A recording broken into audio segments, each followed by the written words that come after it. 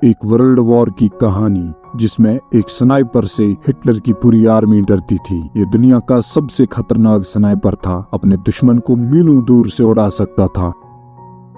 तो कहानी की शुरुआत होती है 1942 से, जहां जर्मनी और रशिया के बीच में वर्ल्ड वॉर 2 चल रहा है। जर्मन आर्मी ने पूरे यूरोप पर कब्जा कर लिया है और अब वो स्टालिनग्राड शहर तक पहुंच गए हैं। अब हम वेसेली को देखते हैं, जो एक बढ़िया शार्प शूटर है। वेसेली को आर्मी के साथ स्टालिनग्राड पर लड़ने के लिए भेज दिया जाता है। जब ये लोग यहाँ पहुंचते हैं तो सब लोग यहाँ के हालात देखकर डर जाते हैं। जर्मन एयरक्राफ्ट्स इन पर अंधाधुंध गोलियां चलाते हैं और आधे से ज्यादा लोगों को मार देते हैं। कुछ सिपाही जब यहाँ से भागने की कोशिश करते हैं तो उन्हें अपने ही लोग मार देते हैं। नए सिपाहियों को हथियार दिए जाते हैं। वेसेली को सिर्फ कुछ गोलियां ही दी जाती है क्योंकि इनके पास बहुत ही कम हथियार होते हैं और अब इन्हें नाजी से लड़ने के लिए भेज देते हैं। नाजीज इनसे बहुत ताकतवर होते हैं। उनके पास टैंक्स और मशीन गन्स होते हैं।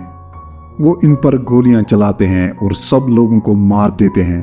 थोड़ी देर बाद हम देखते हैं कि वेसेली और एक दूसरा सिपाही डेनिलोफ बच गए हैं। दोनों लाशों के बीच में छुपे हुए हैं, लेकिन ये दोनों अभी भी यहाँ से निकल नहीं सकते क्योंकि इनके सामने अभी भी कुछ जर्मन सिपाही हैं। वेसेली एक होनहार शूटर होता है। वो इन जर्मन सोल्जर्स को एक एक करके मार देता है और दोनों वापस अपने कैंप पहुंच जाते हैं। डेनिलोफ वेसेली का निशाना देखकर उससे बहुत इम्प्रेस होता है और वो वेसेली की इस बहादुरी के बारे में आर्मी के पेपर में लिखता है ताकि वेसेली को देखकर बाकी सिपाहियों में भी लड़ने का जज्बा आ सके। एक दिन अपने मिशन के दौरान वेसेली को साशा नाम का एक लड़का मिलता है। वो वेसेली को अपने घर ले जाता है। डेनिलोफ भी यहाँ आ जाता है और यहाँ साशा की नेबर भी आती हैं जिसका नाम तानिया होता है। वो भी एक वॉर सोल्जर होती हैं और ये वेसेली की बहुत बड़ी फैन होती हैं। डेनिलोफ को यहाँ पता चलता है कि तानिया को जर्मन लैंग्वेज आती है। वो तानिया को हेडक्वार्टर में काम करने के लिए बोलता है क्योंकि इन्हें ऐसे लोगों की जरूरत है जिन्हें जर्मन आती हो, और तानिया भी मान जाती है।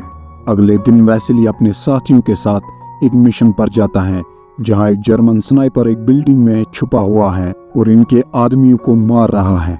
वेसेली इस स्नाइपर को खिड़की पे देख लेता है और इस पर गोली चला देता है और ये जर्मन स्नाइपर मारा जाता है। जब वेसेली अपने साथी के साथ बिल्डिंग में चेक करने जाता है तो यहाँ कोई बॉडी नहीं होती। वेसेली समझ जाता है कि ये एक ट्रैप है। वेसेली और उसका साथी जल्दी से यहाँ छुप जाते हैं। तभी जर्मन एयरक्राफ्ट इस बिल्डिंग पर अटैक कर देते हैं। वेसेली का साथी डर जाता है और यहाँ से भागने की कोशिश करता है। तभी जर्मन स्नाइपर उसे मार देता है, लेकिन वेसेली यहाँ से बचकर भाग जाता है। दरअसल इस जर्मन स्नाइपर का नाम कोनिग है और इसे यहाँ वेसेली को मारने के लिए भेजा गया है। अगले दिन वेसेली अपने 2 साथियों के साथ एक और मिशन पर जाता है।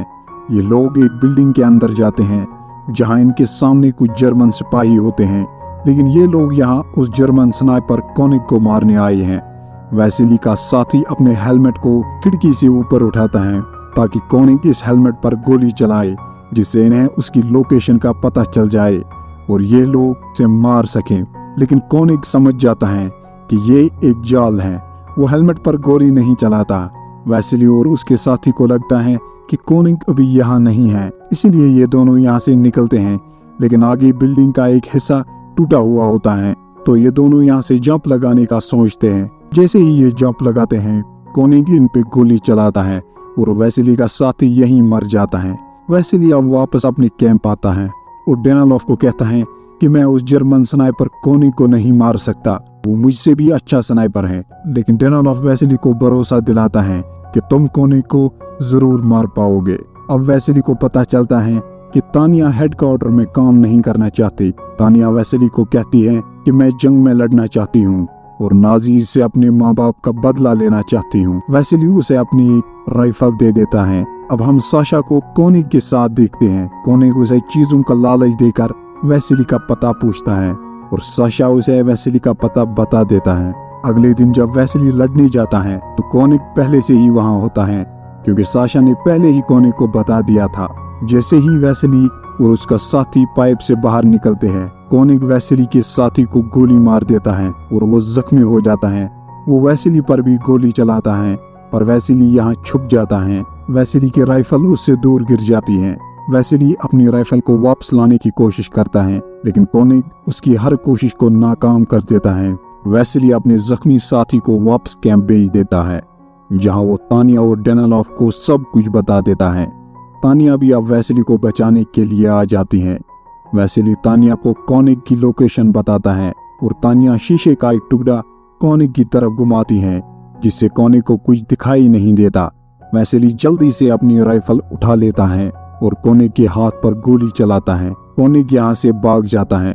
वेसेली और तानिया वापस कैंप आते हैं। डेनिलोव को पता चल जाता है कि साशा कोनिग से मिलता है। वो साशा से कोनिग का पता निकालता है और वेसेली कोनिग को मारने के लिए वहां जाता है। वेसेली यहाँ लाशों के बीच में छुप जाता है और कोनिग का इंतजार करता है लेकिन यहाँ वेसेली की आंख लग जाती है और वो सो जाता है। तभी एक जर्मन सिपाही उसके जेब से उसकी आईडी निकालता है और अपने सीनियर को दिखाता है। सब लोगों को लगने लगता है कि वेसेली मर गया लेकिन कोनिग को पता होता है कि वेसेली अभी मरा नहीं है। वेसेली जब वापस कैंप आता है तो डेनिलोव उसे जिंदा देखकर बहुत खुश हो जाता है। साशा इन दोनों को बताता है कि तानिया कोनिग को मारने अकेली गई है और ये दोनों उसे बचाने के लिए जाते हैं और कोनिग से पहले उस तक पहुंच जाते हैं। तानिया वेसेली को देखकर बहुत खुश हो जाती है और वेसेली को गले लगाती है। ये दोनों अब एक दूसरे से प्यार करने लगे हैं। तानिया यहाँ देखती है कि कोनिग ने साशा को मार दिया है। वो बहुत गुस्सा हो जाती हैं और कोनिग को मारने के लिए जाती हैं लेकिन वेसेली उससे वादा करता है कि वो कोनिग को खुद मार देगा। तानिया और डेनिलोव साशा के घर जाते हैं और उसकी माँ को यहाँ से जाने के लिए कहते हैं क्योंकि जर्मन आर्मी अब इस जगह हमला करने वाली है। जब ये लोग यहाँ से जा रहे होते हैं तो जर्मन एयरक्राफ्ट जिन पर बॉम्ब गिराते हैं जिसमें तानिया बहुत बुरी तरह जख्मी हो जाती है लेकिन आर्मी उसे यहाँ से एक बोट में ले जाती है। डेनिलोव वापस वेसेली के पास जाता है जहाँ वेसेली छुपकर कोनिग को ढूंढ रहा है। डेनिलोव उसे बताता है कि तानिया मर चुकी है।